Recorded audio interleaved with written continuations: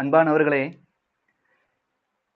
சர்வ வல்லமை உள்ள தேவன் இஸ்ரவேல் ஜனங்களை வழிநடத்தி வருகிற அந்த காலத்தில் எல்லா ஜனங்களுக்கும், இஸ்ரவேல் என்று இருக்கிற எல்லா ஜனத்துக்கும் தேவன் ஒரே மாதிரியான அற்புதத்தை செய்தார். அவர்களுக்கு கண்மலையை பிளந்து தண்ணீரை கொடுத்தார். அவர்களுக்கு காடையை கொடுத்தார். தூதர்கள் உண்ணும் உணவாகிய மன்னாவை கொடுத்தார். இப்படி எல்லாவற்றையும் தேவன் பட்சபாதம் இல்லாம கொடுத்தார். இவ்வளவும் கொடுத்தாலும் தேவன் அவர்கள் மீது பிரியமா இருந்தாரானால் இல்லை என்றே வசனம் சொல்கிறது. ஏன் பிரியமா இல்லை? இன்னைக்கு எங்க பார்த்தாலும் எல்லாரும் சொல்லிக்கிற காரியம் என்ன தெரியுமா?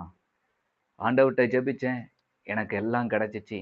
கர்த்தர்கிட்ட ஜெபிச்சேன், என் பிரச்சனை நீங்குச்சு. எல்லாமே பட்சபாதம் இல்லாம இயேசு அற்புதம் செய்கிறார்.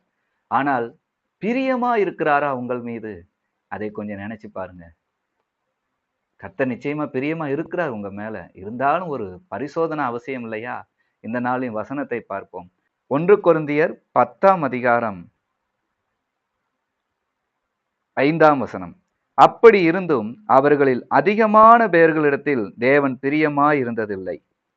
இங்கு சொல்லப்படுகிறது அதிகமான பேர்களிடத்தில் அவர் பிரியமாய் இருந்ததில்லையா? எத்தனை பேரா? கொஞ்ச ஜனத்துல அவர் பிரியமா இருந்ததில்லை, அதிகமான பேர். இன்னைக்கும் ஆண்டவருடைய அன்புல இருக்கிறேன்னு சொல்ற எத்தனையோ பேர். நான் எப்படி இருந்தாலும் ஆண்டவர் என்ன நேசிக்கிறார், என்ன பாருங்க ஆண்டவர் என்ன நேசிக்காமையா இருக்கிறாருன்னு சொல்லிக்கிட்டே இருப்பீங்க. அதான் எல்லாமே கிடைக்கலாம், ஆனா தேவன் பிரியமா இருக்கிறாரான்னு பாருங்க. தேவன் மனிதன் மீது பிரியமா இருக்கணுங்க. அப்ப என்ன செய்யணும்? அவருக்கு பிரியமானதை நீங்க செய்ய முற்படணும், செய்யணும். அப்படின்னா தான் தேவன் பிரியமா இருப்பார். நீங்க அவருக்கு பிரியமானதை செய்ய முற்படுங்க. அவர் எதுல பிரியமா இருக்கிறார் உங்களுக்கு தெரியும். அப்படி தேவைப்பட்டாலும் இன்னொரு பிரசங்கத்திலே நாம் பார்ப்போம். கர்த்தர் தாமே உங்களை ஆசீர்வதிப்பாராக. ஆமென்.